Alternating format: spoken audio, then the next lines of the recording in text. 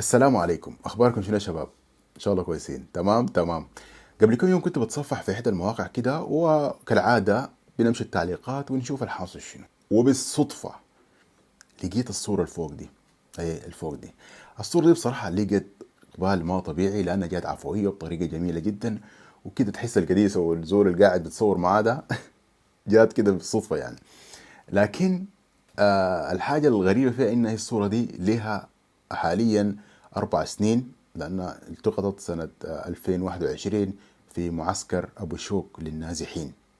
نعم يا عزيزي المشاهد، هتقول لي عرفت كيف؟ بقول لك اتعرفنا على الباشمهندس أبو القاسم آدم يعقوب. طبعا الزول ده من مواليد طويلة غرب الفاشر، وبسبب الحرب نزحوا إلى معسكر أبو شوك سنة 2004.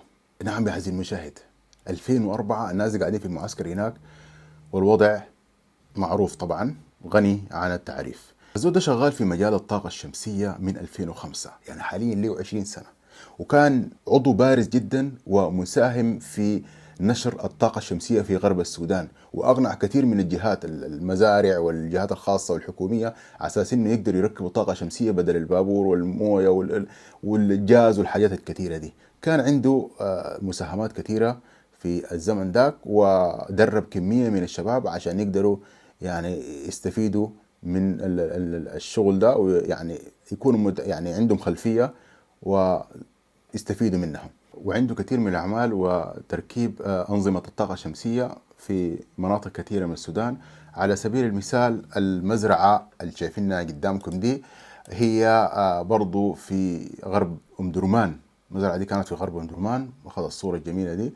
ودي برضو تقريبا شرق شندي ب 30 كيلو الصورة حاليا. فبصراحة زول ما شاء الله، ويعني أنا تواصلت معه شخصيا. فالناس اللي عايزة تركب منظومة طاقة شمسية أو حاجة تقدر تحل مشكلة الكهرباء الكثيرة دي، أتواصلوا معاه وهو حيعزكم طبعا، ما حيقصر منكم، وإن شاء الله يعني تلقوا ألف مرادكم.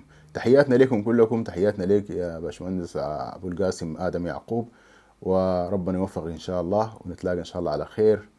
وتحياتنا لكم أعزائي المشاهدين، لحد ما نلقاكم في حلقة جديدة. سلام.